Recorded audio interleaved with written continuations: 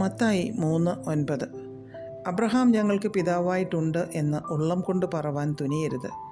ഈ കല്ലുകളിൽ നിന്ന് അബ്രഹാമിന് മക്കളെ ഉളവാക്കുവാൻ ദൈവത്തിന് കഴിയും എന്ന് ഞാൻ നിങ്ങളോട് പറയുന്നു. അബ്രഹാമിൻ്റെ സന്തതികൾ എന്ന് പറയുന്ന ഇസ്രയേൽ ജനം ആ ലേബലിൽ വളരെ അഭിമാനം കൊള്ളുന്നതായി നാം ഇവിടെ കാണുന്നു. അബ്രഹാമിൻ്റെ മക്കൾ എന്ന പാരമ്പര്യ ബലത്തിൽ അവർ മാനസാന്തരത്തിന് പ്രാധാന്യം കൽപ്പിക്കാതെ പോകുന്നു. ഇവിടെ യോഹന്നാൻ സ്നാപകൻ ജനത്തോട് വിളിച്ചു പറയുകയാണ്, കല്ലുകളിൽ നിന്ന് അബ്രഹാമിന് മക്കളെ ഉളവാക്കുവാൻ ദൈവത്തിന് കഴിയുമെന്ന്. മത്തായി 4-ാം അധ്യായത്തിൽ സാത്താൻ യേശുവിനെ പരീക്ഷിക്കുവാനായി ചെന്നപ്പോൾ പറഞ്ഞത് കല്ലിനെ അപ്പമാക്കുക എന്നാണ്.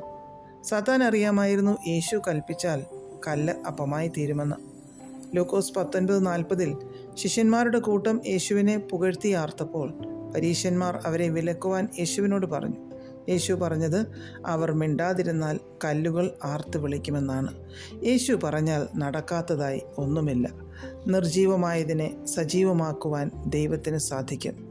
ജീവനില്ലാത്ത കല്ലുകളെ ജീവനുള്ളതാക്കി തീർത്ത് ദൈവപ്രവൃത്തി വെളിപ്പെടുത്തുവാൻ സർവശക്തനായ ദൈവത്തിന് കഴിയും.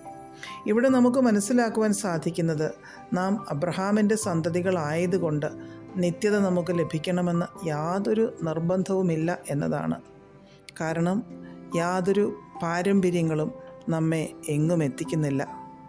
എന്നാൽ യഥാർത്ഥ മാനസാന്തരവും മാനസാന്തരത്തിന് തക്കതായ ഫലവും ജീവിതത്തിൽ ഉണ്ടാകുന്നതാണ് നമ്മിൽ നിന്ന് ദൈവം പ്രതീക്ഷിക്കുന്നത്.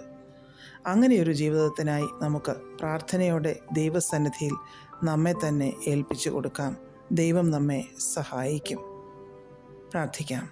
പ്രിയ കർത്താവേ, യഥാർത്ഥ മാനസാന്തരവും അതിന് യോഗ്യമായ ഫലവും ഞങ്ങളിൽ നിന്ന് പുറപ്പെടുവാൻ ഞങ്ങളെ സഹായിക്കണമേ. യേശു ക്രിസ്തുവിൻ്റെ നാമത്തിൽ ആമേൻ. God bless us all.